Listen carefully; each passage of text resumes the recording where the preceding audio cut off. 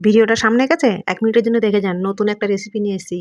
ডিম, নারকেল আর তেঁতুল দিয়ে টক বানাবো। তেঁতুল নিয়ে নিয়েছি, নারকেলটা বেটে দুধ বের করে নিয়েছি, তেঁতুলটা গুলে ছেঁকে নিয়েছি, সঙ্গে আমি একটু সর্ষে বাটা নিয়েছি।